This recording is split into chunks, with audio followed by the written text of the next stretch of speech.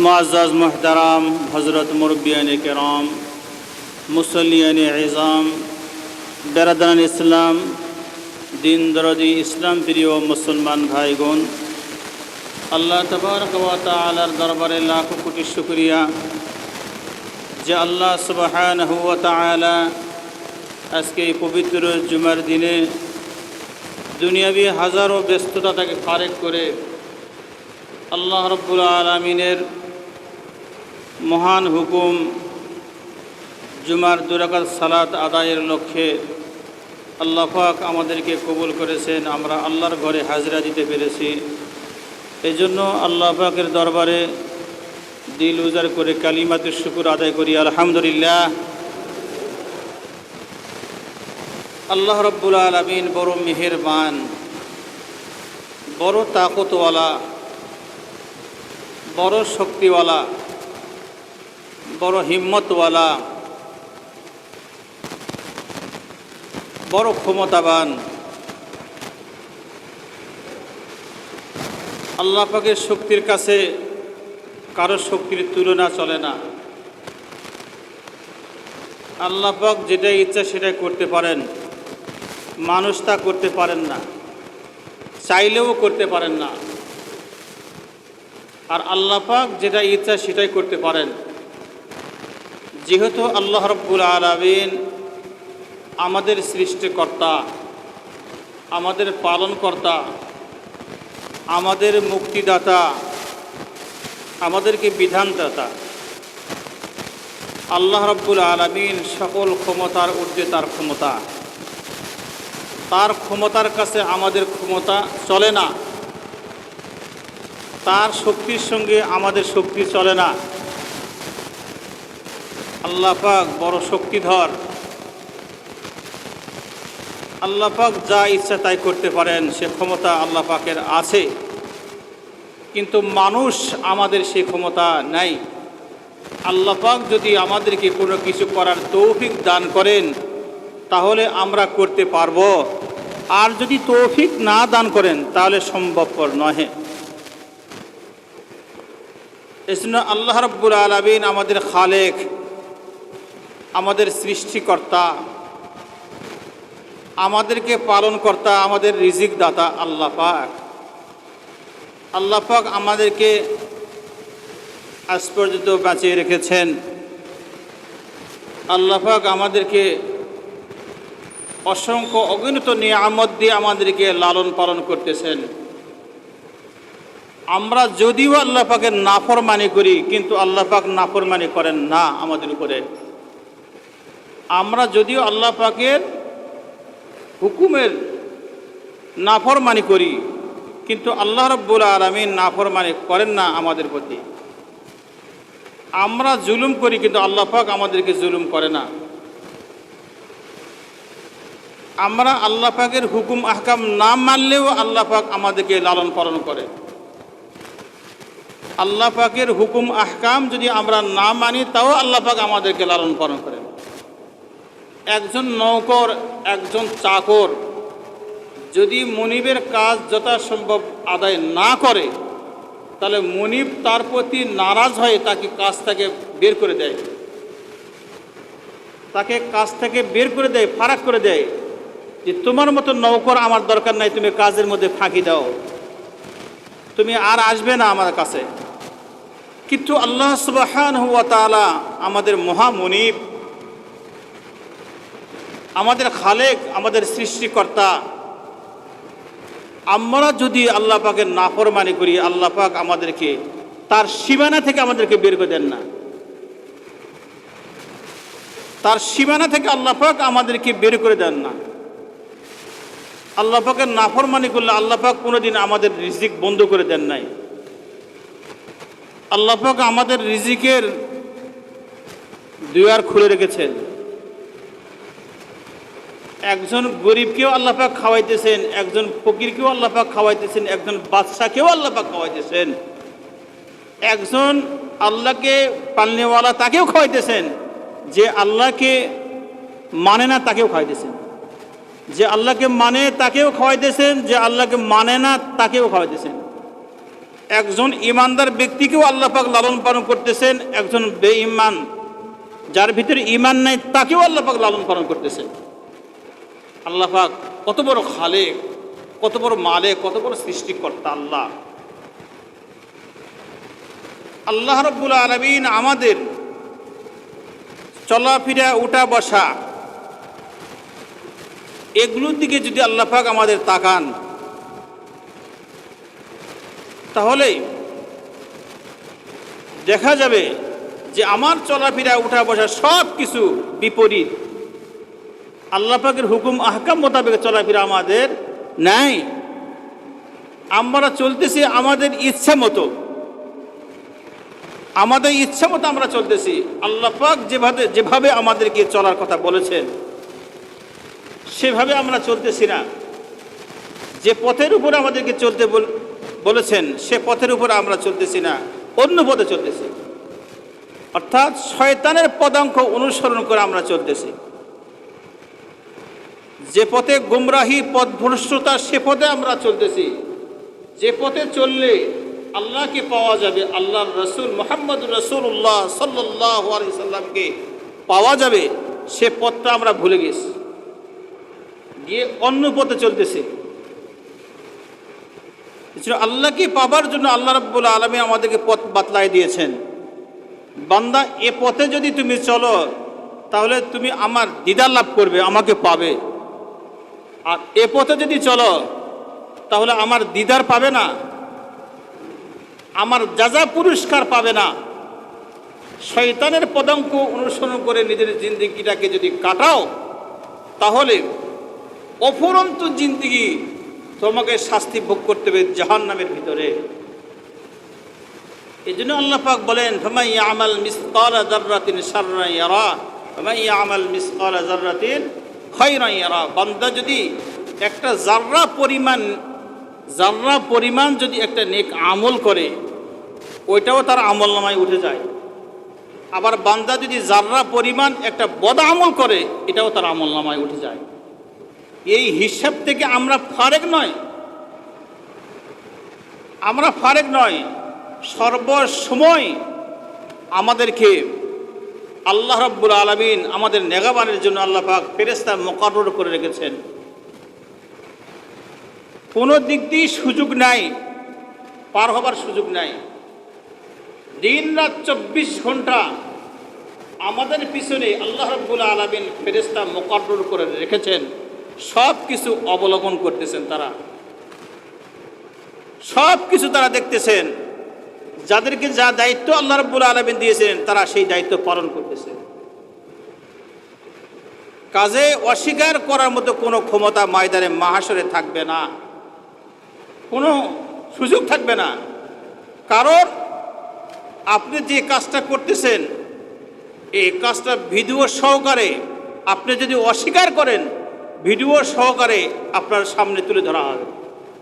আপনি যদি করেন, আল্লাহ এটা মনে হয় আমার প্রতি জুলুম হচ্ছে, আমি তো এই কাজ করি নাই, সঙ্গে সঙ্গে ফেরেশতাকে বলবে তার আমলনামাটা একটু দেখাও। সঙ্গে সঙ্গে তার ছবি সহ, স্থান সহ তার সামনে তুলে ধরা হবে।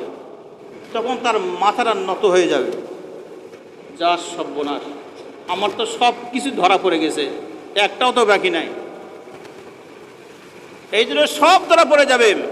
বান্দা যখন একটা নেক আমল করে, সঙ্গে সঙ্গে যে ফেরেশতা নেক আমলটা লিখে লিপিবদ্ধ করে ডায়েরিতে, সঙ্গে সঙ্গে লিপিবদ্ধ করে। আর বান্দা যখন একটা গুনাহ করে, একটা বদ আমল করে, গুনাহ করে, তখন নেক আমল যিনি লেখেন ওই ফেরেশতার কাছে অনুমতি চান যে আল্লাহ পাকের বান্দা এই গুনাহটা করেছে, এই বদ আমল করেছে, কি করব, ডায়েরিতে উঠাবো? তখন নেক আমলের ফেরেশতা বলে অপেক্ষা করো। পক্ষান্তরে বান্দা যদি নেক আমল করে সঙ্গে সঙ্গে আর বলার কোনো প্রয়োজন মনে করে না, নেক আমলের ফেরেশতার সঙ্গে সঙ্গে ডায়েরিতে উঠায়। আর বান্দা যদি বদ আমল করে তখন ওই বদ আমলের ফেরেশতার সঙ্গে সঙ্গে ডায়েরিতে লিপিবদ্ধ করতে পারেন না। নেক আমলের ফেরেশতাকে আগে জিজ্ঞাসা করে, উনি যদি অনুমতি দেয় তখন লেখেন। এই জন্য হাজিরিন কোন জায়গায় বসে আপনি গুনাহ করতেছেন ওই জায়গা সহ ছবি উঠাই দিয়েছে আল্লাহ। আল্লাহ পাক ফেরেশতা মুকরর করে রেখেছেন, যে জায়গাতে বসে গুনাহ করতেছেন ওই জায়গা সহ ছবি উঠতেছে। আপনি কোথায় নাশকতা করতেছেন সব ভিডিও হইতেছে। আপনি মনে করেন না যে আল্লাহ পাক আমাকে দেখতেছেন না। আপনি যদি কাঁচের ঘরের ভিতরে ঢুকে যদি সেখানে অন্যায় অপরাধ করেন সেখানেও ফেরেশতা মুকরর আছে, কোনো উপায় নাই। মনে করেছেন যে কাঁচের ঘর বানাইছে, এই ঘরের মধ্যে ফেরেশতা মনে হয় ঢুকতে পারবে না, যা ইচ্ছা তাই করি। আল্লাহ পাকের হুকুম হলে ওই ঘরের মধ্যে ফেরেশতা ঢোকার ক্ষমতা আছে, ওই ঘরের মধ্যে ফেরেশতা ঢোকার ক্ষমতা আছে। এক ব্যক্তি শুনছে যে ঘরের মধ্যে জীবজন্তুর ছবি থাকে ওই ঘরের মধ্যে আল্লাহর ফেরেশতা ঢুকতে পারে না।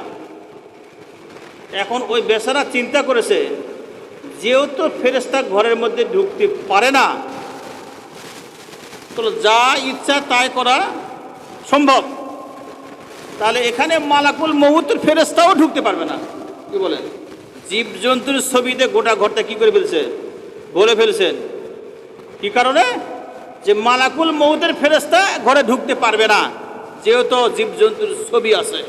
আল্লাহ রসুল বলেছেন যে ঘরের মধ্যে জীবজন্তুর ছবি থাকবে ওই ঘরের মধ্যে রহমতের ফেরেশতা প্রবেশ করতে পারবে না। তাহলে এখন চিন্তা করেন, তাহলে তার কি আর মৃত্যু হবে না? জীবজন্তুর ছবি ভিতরে আছে, তাহলে তার মৃত্যু হবে না? ফেরেশতারা ঢুকতে পারবে না? বেশক ঢুকতে পারবেন, বেশক ঢুকতে পারবেন। হযরত ইউনূস আলাইহিস সালাতু ওয়াস সালাম যখন মাছের পেটে চলে গেলেন, মাছের পেটে যখন চলে গেলেন, আল্লাহ রাব্বুল আলামিন ইউনূস আলাইহিস সালাতু ওয়াস সালামকে মাছের পেটে বাঁচিয়ে রাখছিলেন, মাছের পেটেও বাঁচিয়ে রাখছিলেন। উনি অজ্ঞান অবস্থায়, ওনার কোনো জ্ঞান নেই, কতদিন ধরে মাছের পেটে আছেন, কত হাত পানির নিচে তিনি অবস্থান করতেছেন এই ব্যাপারে তার জানা নাই। হঠাৎ করে তার জ্ঞান ফিরে গেছে, হঠাৎ করে তার জ্ঞান ফিরে গেছে মাছের পেটে। কিন্তু সে দেখতেছে যে একটা কাঁচের ঘরের ভিতরে একটা মানুষ যদি থাকে, মানুষ যদি একটা কাঁচের ঘরের ভিতরে থাকে, তাহলে কাঁচের ঘরের ভিতর থেকে বাইরে সব কিছু দেখা যায়। যেমন এখানে থাই লাগানো আছে, এই ভিতর থেকে সব কিছু বাইরে দেখা যাইতেছে না? ইউনূস আলাইহিস সালাতু ওয়াস সালামকে আল্লাহ রাব্বুল আলামিন মাছের পেটে এমনভাবে ব্যবস্থা করে রেখেছিলেন, কাঁচের ঘরের মতো, কাঁচের ঘরের মতো আছেন মাছের পেটে, কিন্তু সব কিছু তিনি দেখতে পাচ্ছেন, সব কিছু তিনি দেখতে পাচ্ছেন। তো তখন তার জ্ঞান ফিরছে, জ্ঞান ফেরার পরে দেখে ওই সমুদ্রের পানির নিচে কুটি কুটি কণ্ঠে আহকামুল হাকিমিন পরওয়ারদিগার আলম তার জিকিরের আওয়াজ শুনতে পাচ্ছেন। তার জিকিরের আওয়াজটা তার কানে পৌঁছতেছেন। তখন তিনি চিন্তা করতেছেন, আল্লাহ, আমি এই মাছের পেটে কতদিন থেকে আছি, কত হাত পানির নিচে আছি, তাও তো আমার জানা নাই, কিন্তু এই মাছের পেটে থাকা অবস্থায় কুটি কুটি কণ্ঠে আহকামুল হাকিমিন পরওয়ারদিগার আলমের জিকিরের আওয়াজ আমি শুনতে পাচ্ছি। কারাই জিকির করতেছে? তখন আল্লাহ রাব্বুল আলামিন হযরত ইউনূস আলাইহিস সালাতু ওয়াস সালামকে জানাই দিলেন, হে ইউনূস, আমার ওই পানির নিচে আমার অসংখ্য অগণিত মাখলুক ওই পানির নিচে আছে, তারা তাদের জবান খুলে আমি মওলা পাকের জিকির করতেছে, এমনকি বালুকা রাশিগুলা পর্যন্ত আমি মওলার জিকির করতেছে। এ কথা শোনার সঙ্গে সঙ্গে হযরত ইউনূস আলাইহিস সালাতু ওয়াস সালাম শর্মিন্দা হয়ে গেলেন, লজ্জিত হয়ে গেলেন। আরে আমি আল্লাহ পাককে ভুলে গিয়েছি, এই পানির নিচে কোটি কোটি কণ্ঠে আল্লাহ পাকের জিকির করতেছে মাখলুকগুলো, আর আমি আল্লাহকে ভুলে গেছি। তখন তিনি লজ্জিত হয়ে শর্মিন্দা হয়ে তখন আল্লাহ পাকের জিকির আরম্ভ করলেন, লা ইলাহা ইল্লা আনতা সুবহানাকা ইন্নী কুনতু মিনাজ জালিমিন, লা ইলাহা ইল্লা আনতা সুবহানাকা ইন্নী কুনতু মিনাজ জালিমিন। এভাবে পড়তে পড়তে পড়তে পড়তে ১০০ লক্ষবার যখন পড়া হয়েছে, তখন আল্লাহ রাব্বুল আলামিন হযরত ইউনূস আলাইহিস সালামকে মাফ করে দিয়েছেন। মাছের পেটের ভিতরে এমন ব্যথা সৃষ্টি করে দিয়েছেন আল্লাহ রাব্বুল আলামিন, যেই জায়গা থেকে মাছ হযরত ইউনূস আলাইহিস সালামকে নিয়ে গিয়েছিলেন, ওই জায়গায় গিয়ে ইউনূস আলাইহিস সালামকে বমি করে ঢেলে দিয়েছে। আল্লাহ পাকের সে ক্ষমতা আছে। এই জন্য ভাই, আমরা যে কোনো কাজ করি না কেন, সবগুলো আল্লাহ রাব্বুল আলামিন ফেরেশতার মাধ্যমে, ফেরেশতার মাধ্যমে সবগুলো এরকমভাবে লিপিবদ্ধ করতেছেন, ডায়েরিতে উঠাইতেছেন। বান্দা যখন কোনো অন্যায় করে, অপরাধ করে, তার পিছনে 4টা সাক্ষী আল্লাহ পাক নিযুক্ত করে দেন। 4টা সাক্ষী। 1 নম্বরে, বান্দা যদি কোনো গুনাহ করে, তখন তার অঙ্গ প্রত্যঙ্গ তার বিরুদ্ধে সাক্ষী হয়ে যায়। তার অঙ্গ প্রত্যঙ্গ তার বিরুদ্ধে সাক্ষী হয়ে যায়। ময়দানে মাহশরের মধ্যে যদি অস্বীকার করে, আল্লাহ এই গুনাহ আমি করি নাই, এই অপরাধ করি নাই, আমি মানুষ খুন করি নাই, মানুষ হত্যা করি নাই, নাশকতা করি নাই, আল্লাহ অমুকের বাড়ি আমি আগুন দিয়ে জ্বালাই পোড়াই দেয় নাই, আমি অন্যায় করি নাই, যদি এ কথা বলে, সঙ্গে সঙ্গে আল্লাহ রাব্বুল আলামিন তার মুখের মধ্যে সিলমোহর মাহরে দেয়, মুখ দিয়ে আর কথা বলতে পারবে না। আর তার শরীরের সমস্ত অঙ্গ প্রত্যঙ্গগুলোর জবান আল্লাহ রাব্বুল আলামিন খুলে দেয়। সমস্ত অঙ্গ প্রত্যঙ্গগুলো তাদের জবান খুলে তার বিরুদ্ধে আল্লাহ রাব্বুল আলামিনের দরবারে সাক্ষী দিতে থাকবে। কি মনে করেছে? জবানে মোহর মারে দিবে, জবান দিয়ে কোনো কথা বলতে পারবে না, তার বিরুদ্ধে সাক্ষী দিবে। যেই জায়গায় বসে সে গুনাহ করবে, ওই জায়গা তার বিরুদ্ধে সাক্ষী দিবে। এবং কিরামান কাতিবিন 2 জন ফেরেশতা আছে, ওই ফেরেশতারা তার বিরুদ্ধে সাক্ষী দিবে, কাজেই ময়দানে মাহশরের মধ্যে পার হওয়ার মধ্যে কোনো ক্ষমতা থাকবে না। যতই আপনি বাহাদুরি করেন না কেন, যত তাকাব্বুরি করেন না কেন, ময়দানে মাহশরের মধ্যে গিয়ে এগুলো খাটবে না। আপনি যা কিছু বলেন, যখন মিথ্যা কথা বলবেন, দুনিয়াতে চাপাবাজি করে চলেছেন, কিন্তু ময়দানে মাহশরের মধ্যে যদি গিয়ে চাপাবাজি করেন, তাহলে আপনার ছবি সহ সবগুলো আপনার সামনে আল্লাহ রাব্বুল আলামিন তুলে ধরবেন। বান্দা দেখো, তুমি এই গুনাহ করেছিলে, এই অপরাধ করেছিলে।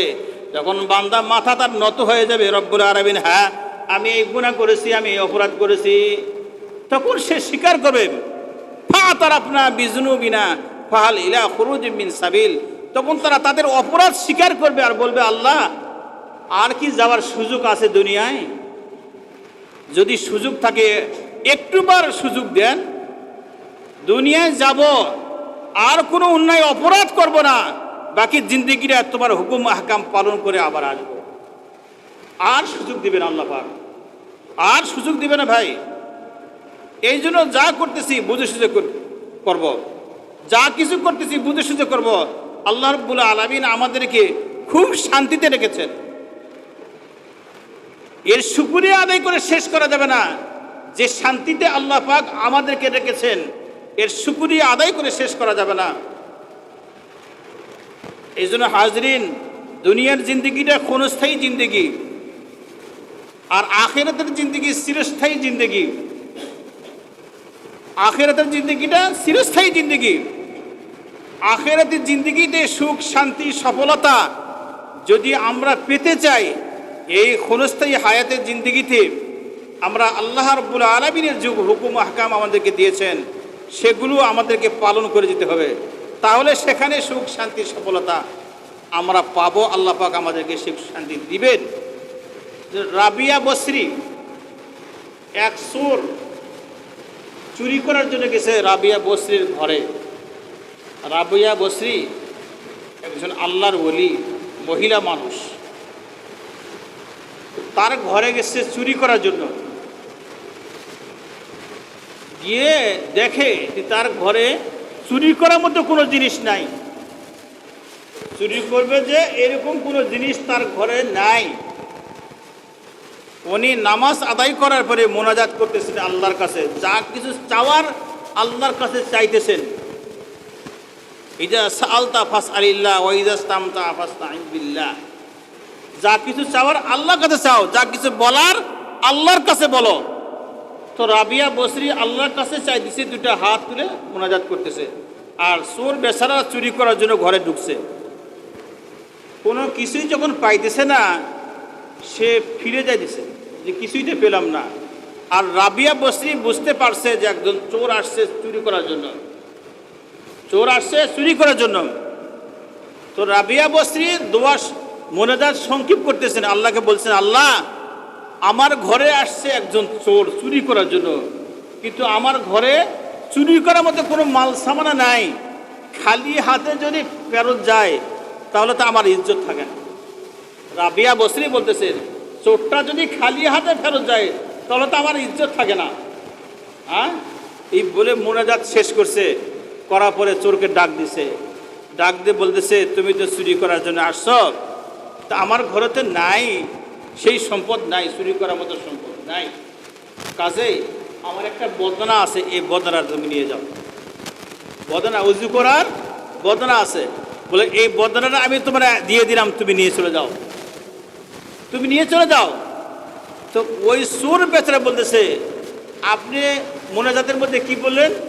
ইদা সাআলতা ফাসআলিল্লাহ ওয়া ইদা ইসতাআনতা ফাসতাইন বিল্লাহ। যা কিছু চাওয়ার আছে আল্লাহর কাছে চাও, যা কিছু বলার আছে আল্লাহর কাছে বলো। আপনি যে কথাটা বলছেন আমি কি কথাটা বলতে পারি না? আমি কি বলতে পারি না? আমি কি আল্লাহর কাছে চাইতে পারি না? বলে হ্যাঁ করো। বলে তাহলে আমার বদনার দরকার নাই, আমিও আজ থেকে যা কিছু আমার চাওয়ার দরকার আছে, যা কিছু বলার দরকার আছে, আমিও আল্লাহর কাছে বলবো। চোর ভালো হয়ে গেছে, চোর ভালো হয়ে গেছে। আজকে তো চোরের শেষ নাই, চুরি করতে করতে করতে করতে কি করছে? সম্পদের পাহাড় বানিয়ে ফেলছে, সম্পদের পাহাড় বানিয়ে ফেলছে। যা দরকার নাই তার চাইতেও বেশি করে ফেলছে। করবে কি? এগুলোর হিসাব দিবে কিভাবে? যেটা কাগজ কলমে লেখে শেষ করা যায় না হিসাব।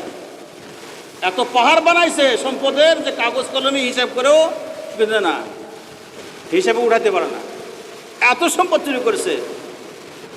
এই জন্য হাজরিন, যা কিছু করতেছি সমস্ত কিছু ডায়েরিটা লিপিবদ্ধ করতেছেন আল্লাহ রাব্বুল আলামিন।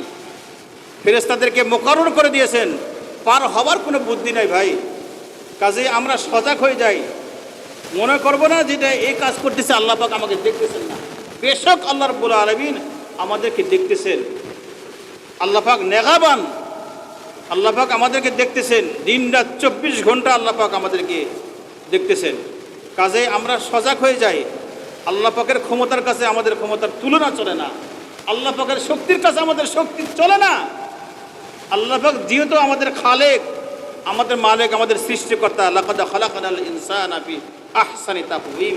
আল্লাহ রাব্বুল আলামিন আমাদেরকে যত মাখলুক আল্লাহ পাক সৃষ্টি করেছেন, সমস্ত মাখলুকের চাইতে মানুষকে আল্লাহ রাব্বুল আলামিন শ্রেষ্ঠত্ব দিয়ে আল্লাহ পাক সৃষ্টি করেছেন। এই জন্য ভাই, আল্লাহ রাব্বুল আলামিন আমাদেরকে অসংখ্য অগণিত নিয়ামত দিয়ে আমাদেরকে লালন পালন করতেছেন এবং আমাদেরকে মায়ের কোলে রেখেছেন। মায়ের কোলে বাচ্চা যেমন আরামে আয়েশে থাকে, আল্লাহ পাক আমাদেরকে এরকম আরাম আয়েশে রেখেছেন। এই বাংলাদেশের মধ্যে আপনারা সকলে জানেন যে কয়েকটা জেলা বন্যার পানিতে তলিয়ে গেছে। তারা অসহায় অবস্থায় জীবনযাপন করতেছেন, বাড়ি নাই, ঘর নাই, জায়গা নাই, থাকবার মতো আরাম আয়েশ করার মতো জায়গা তারা পাইতেছে না। হ্যাঁ, বিবি বাল বাচ্চাদেরকে নিয়ে তারা বিরাট মুসিবতের মধ্যে পড়ে গেছে। এই জন্য মুসলমান এক মুসলমান আরেক মুসলমানের কি ভাই? ভাই ভাই। এক মুসলমান আরেক মুসলমানের ভাই ভাই। তাহলে আরেক ভাইয়ের কদর করা আমাদের দরকার আছে না নাই? আছে। এই জন্য তাদেরকে কিছু সাহায্য করা তো আমাদের দরকার আছে ভাই, নাই? আছে। এই জন্য কালকে একটা টিম যাবে, আমাদের মাতাজি থেকে কালকে একটা টিম যাবে, ওলামা সমিতির পক্ষ থেকে একটা টিম যাবে, ত্রাণ নিয়ে যাবে। যদি আপনারা যদি সহযোগিতা করতে পারেন তাহলে নামাজের পরে ওলামা সমিতির পক্ষ থেকে আসছে, লোক আসছে আদায় করার জন্য। যদি আপনারা সহযোগিতা করতে চান তাহলে করতে পারবেন, বাইরে দাঁড়িয়ে থাকবে, করতে পারবেন, আপনারা করবেন। আমাদের সকলের দরকার ভাই, যে যা পারি যতটুকু পারি দিয়ে আমরা সহযোগিতা করব, তারা যেন সুখের শান্তিতে একটু সময়টা কাটাইতে পারে। আল্লাহ পাক আমাদেরকে তৌফিক দান করুন। আমিন ওয়া আখিরু দাওয়ানা আলহামদুলিল্লাহি রাব্বিল আলামিন। সুন্নাত নামাজ আদায় করে নিই ভাই।